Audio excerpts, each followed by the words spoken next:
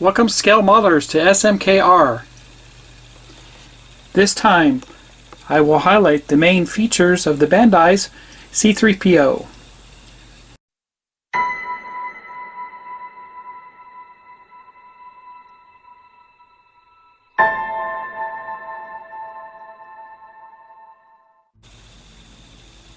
Welcome back. This won't be a regular review. This is just going to highlight the key features of this kit. And this kit has many, and this is why I chose it as the best Bandai Star Wars kit for figure subject so far to date. Now this kit was released earlier in 2015, and it's a fabulous kit. Highly recommend.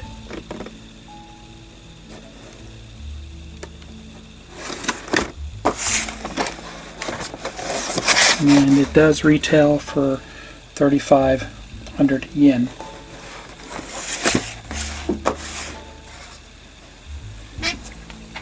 Let's open it up. After you open this up, you are greeted with some very nice plastic here. Nice plated plastic that just jumps and pops out at you.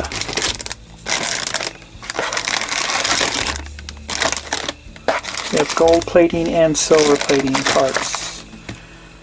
This does include a very nice set of instructions, decals, and stickers. Let's look at the key features. One of the best features of this kit is, as with chrome, you worry about cutting them off the sprue and losing that bit of chrome that's attached to the sprue gate. In this case, with this kit, everything's been undergated. And by undergated, what I mean, let's look. If you look at where the sprue attaches to the part, you'll note that the gate itself is attached to the back side of the part. So careful trimming in this case will prevent you from losing any of the chrome on the piece itself. Let's look at this a little closer. With your traditional parts coming with car parts and such, so for example this valve cover, you'll see that the part is attached to the sprue tree right on its side, and when we go to cut this off, you'll see the results. After cutting it off the tree, you can see from where it's attached we lost some chrome, both sides. Now this can easily be fixed, and I'll show you that here in a second. All you need to fix or repair those sprue gates on your chrome parts is either a silver marker from Pilot or a silver marker from Faber-Castell, and these are available at any good hobby shop and hobby store. But in order to do this, it's going to take some time away from actually building the kit, because you got to repair all the little pieces that you've cut off the sprue to repair those chrome areas. Now we'll have to clean up the part a little bit with an X-Acto blade or a sanding stick, and then make the repair with the marker pins themselves. So here's the part cleaned up a little bit.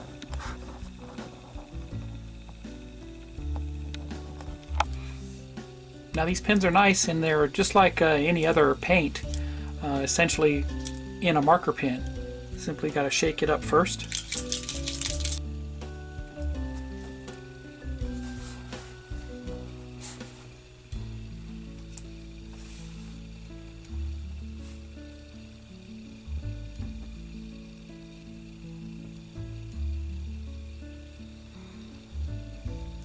Now it's not an exact match, but that's the best you're going to get with this.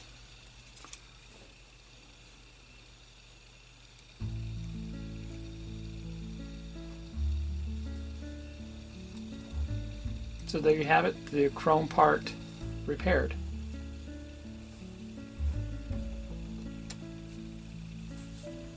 These marker pins also come in gold. Now when removing these undergated parts on your kit, It's recommended that you remove more in the beginning and then trim off the rest later.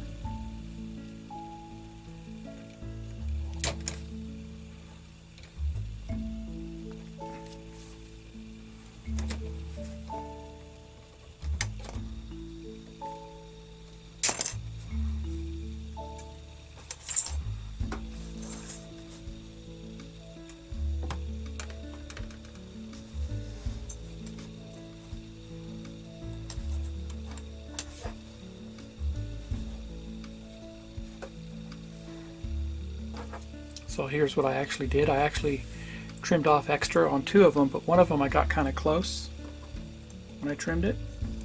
We'll turn it over and have a look. And you can see the one I got close with, we're still good with that. I did leave some extra.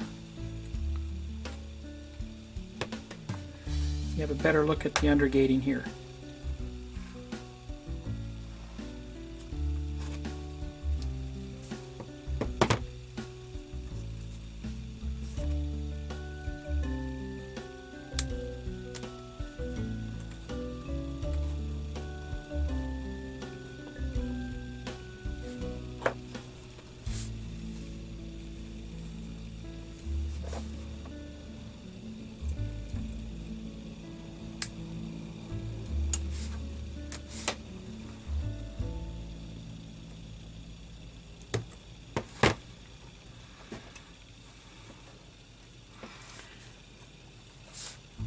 Now these are snap together kits, so it's really not necessary to scrape off the chrome where the 2 parts meet together because they snap together. But if you did want to glue this together along the seam and edges, then you would have to go ahead and scrape off the chrome so that way your glue would have something to adhere to. It won't adhere to the chrome.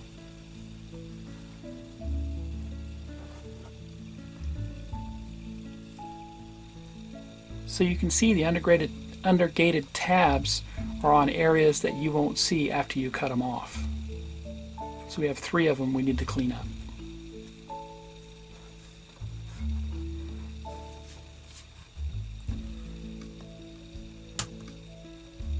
You can do it with an X-Acto, or you can do it with a small file, or even a sanding stick.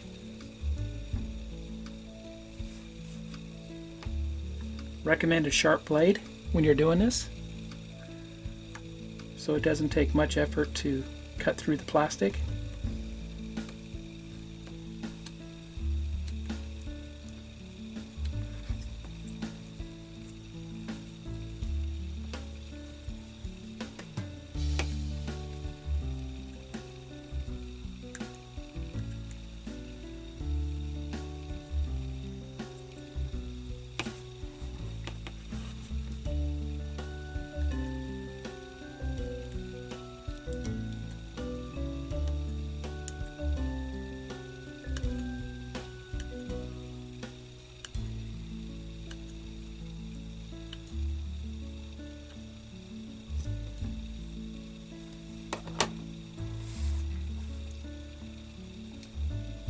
And you can see the chrome plating is not in any effect on the mating edges and should not be.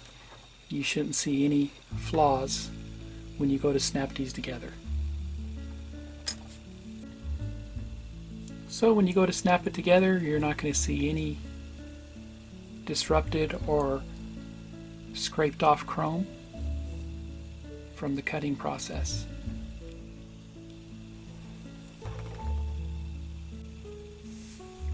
One of the other key features of this kit is the interchangeable chest piece. You have one chest piece that was made for A New Hope, so that way the restraining bolt can be attached to it right here. The other chest piece does not have that indentation for the restraining bolt, and that would be so you can model this, from The Empire Strikes Back or Return of the Jedi.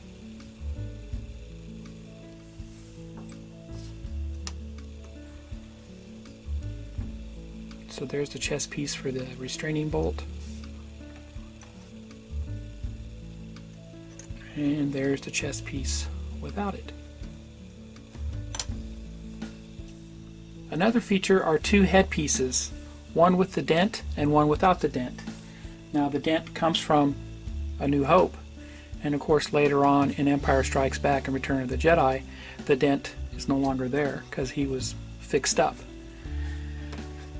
And you can see, you get a closer look at the dent, and right here, and there's no dent on this one.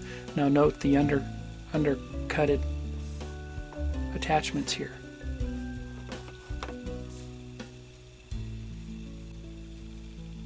The other feature is this kit includes the communicator, which was used in A New Hope, and you have two of them, one for each hand, for either hand, whichever one you choose. It's in the black plastic, but actually the communicator should be painted white with the black center.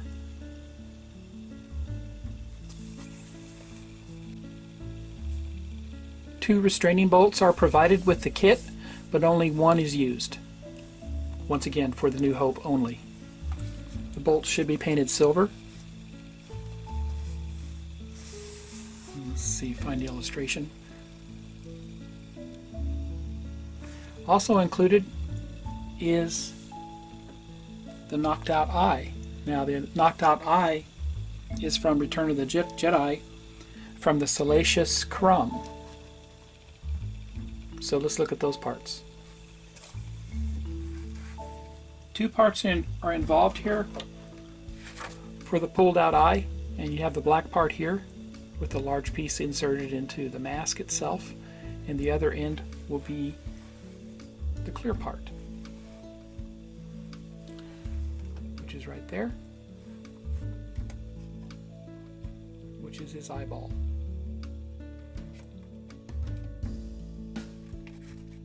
Look, my eyes! Start to help! Quick, Beast!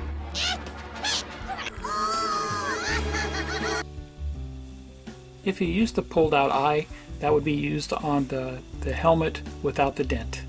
Remember, this is from Return of the Jedi.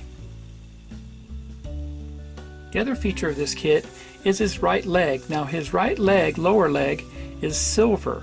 Now this is from the Clone Wars, and if you read some of the books, the story goes that his original leg was loaded up with bomb materials and actually never were used as a bomb, but when they go to replace his leg, this is what they put on, was a goldish color leg. It ended up being silver, and it's always been that way throughout all the movies. The other feature of this kit and all the other Bandai Star Wars kits is the choice of either using slide-on decals or stickers. In this case, the stickers would be on the right and the decals would be on the left. Now the feature here that I'm showing is the wiring for his abdomen area. Now you have the slide-on decals and of course the stickers for that. You can use those along with the plastic that they give you for it, along with the abdomen piece, which also has the raised lines on there too. So if you're good at painting, you could actually just paint those in. The other feature is the back plate, which features the electronic crystal circuit board. Now this comprises of 4 pieces, which is the back plate, the circuit board, the crystals itself, and then the cover for these. The circuit board itself wasn't undergated, and the reason why, there's no purpose for that, because it's going to be hidden when it snaps in place into the back plate. So let's put this together real quick.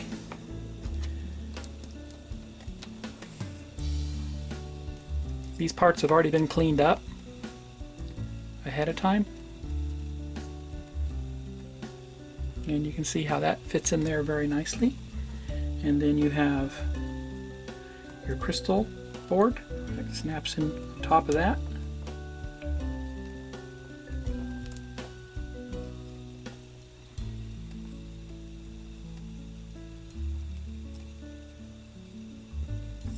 Which I may have put that in backwards, so I may have to pull it off because you see it's not sitting in there evenly. turn it over.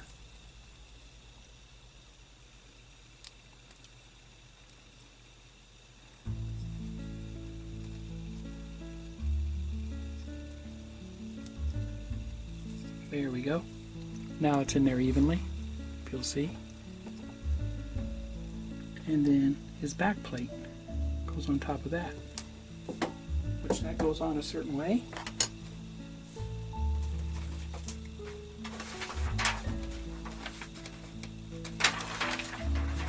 Okay, like this.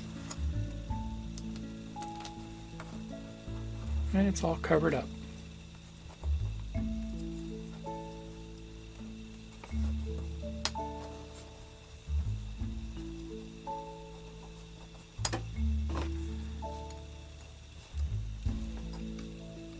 There you go. Everything snaps together, no glue required here. Just the level of detail on this kit.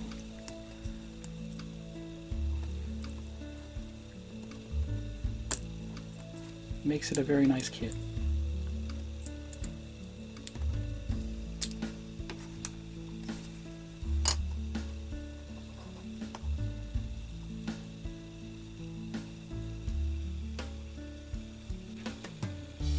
I do recommend when you cut these off the sprue gates that you use a really good sprue cutter, and I use the Xuron. You can see it's very fine tip, very thin at the end,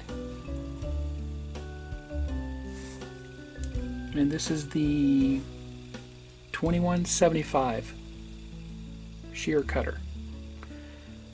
Now we'll use that to cut off the little tab that was left over from the undercut,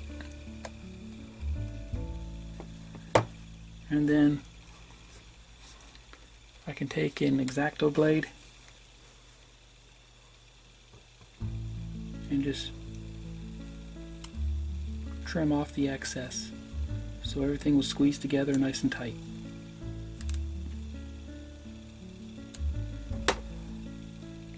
And we didn't lose any chrome doing that.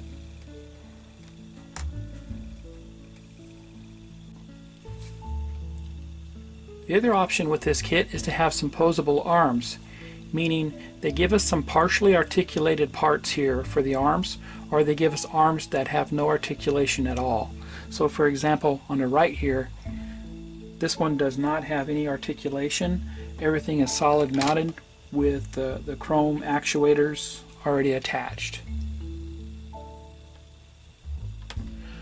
Whereas the one on the left, we actually install some actuators that are pliable and allows the arm to articulate.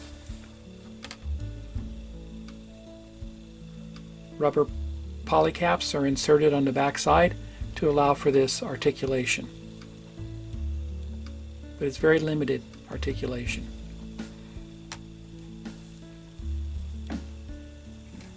The plastic parts for this, for the articulation, for the actuators, are of a gold color, but they're not chrome. Now this plastic is very pliable and bendable, but you're still going to have some limitations with this because if you bend it too much, it will break. When installing the articulated actuator, you'll note that it slides into the lower elbow part piece here, and then you have like a ball joint assembly here that will ride a channel back and forth. So it's going to be very limited. You really don't want this piece to bend too much because eventually that will cause that piece to break. So you're only going to be limited by how far the little ball socket can slide on this little rail here.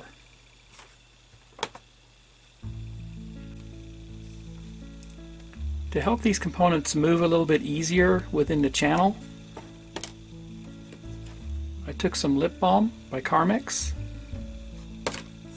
and a little applicator here and spread the lip balm on the channel and the part itself on both sides.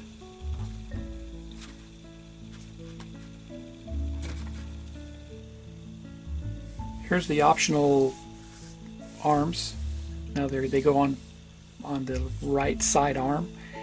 The non-articulated arm on the right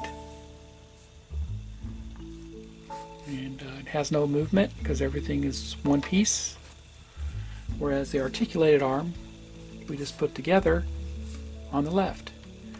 Now, like I said, I put some lip balm, or you could use some Vaseline to help these move through the channel when you go to move the arm.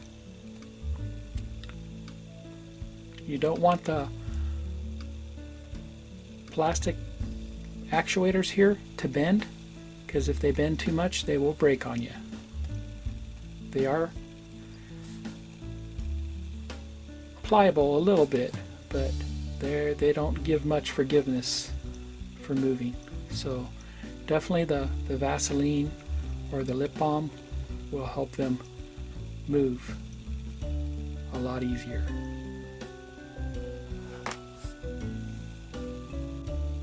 Lastly, and it goes without saying about this kit, is the chrome plating. It's immaculate and flawless. It's really a work of art with the plating that they did on this. Coming up is the next release coming up from Bandai is the Captain Phasma. The color guide, it shows everything in Japanese, which is Mr. Color Colors. So I will show you a translated version of the colors. Not much colors involved here anyway, so it should be relatively simple and no worries because it is chrome plated, and not much else going on as far as colors except for this wiring for the abdomen. Wiring for the abdomen, some color details there. The circuit board on his backpack, details on the back of his knees, the details for the restraining bolt, detail for the pulled out eye,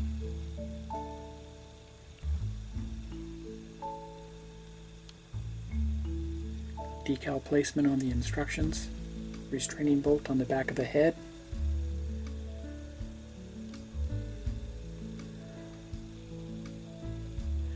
clear lenses for the eyes, so this kit can be lighted. It will take a little bit of work because of the tight fit with everything.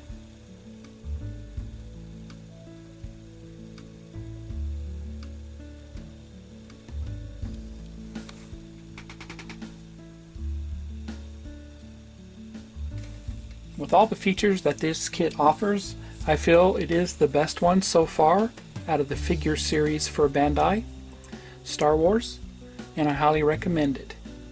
Stay tuned as I show you a build on this and what I plan on doing with it next. This was the 1/12 scale Bandai C-3PO.